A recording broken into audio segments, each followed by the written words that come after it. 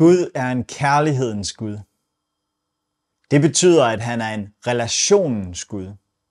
At han elsker fællesskab med dig og mig. Og Jesus udtrykker det på den her måde i Johannes evangeliet kapitel 14 og vers 23.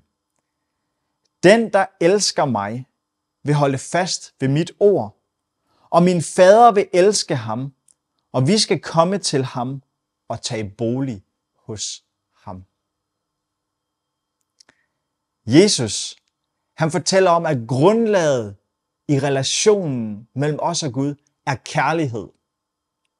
Den, der elsker mig, siger Jesus, at vi må elske ham tilbage for, hvad han har gjort for os. Jesus beskriver ikke, at hvis det er, at vi gør sådan og sådan, jamen så kan vi fortjene os Guds kærlighed. Nej. Bibelen er klar på, at for således elskede Gud verden, at han gav sin eneste søn.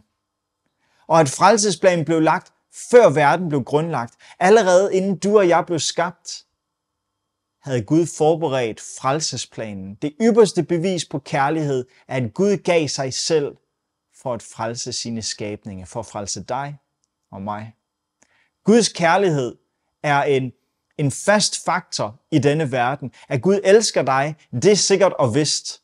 Men Jesus kalder os til, at på grund af hans ypperste kærlighed til dig og mig, at vi må elske ham tilbage, og at det er fundamentet for den relation og den nærhed, det fællesskab, vi har. Og Jesus siger så, at det vil munde ud i, at vi vil holde fast ved hans ord.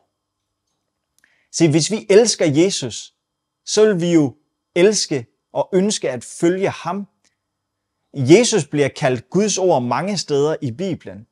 Så når vi tager Guds ord ind, når vi spiser Guds ord og tager det ind i vores liv, hvem er det så, vi tager ind? Det er Jesus Kristus, vi tager ind i vores liv.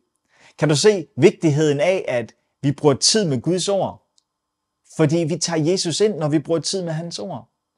Og kærligheden til ham vil gøre, at vi vil jo ønske at følge det, som vi lærer i hans ord. At vi vil være en efterfølger af Jesus. Og Gud lover os så, at det vil være et intenst fællesskab, vi kan have med ham.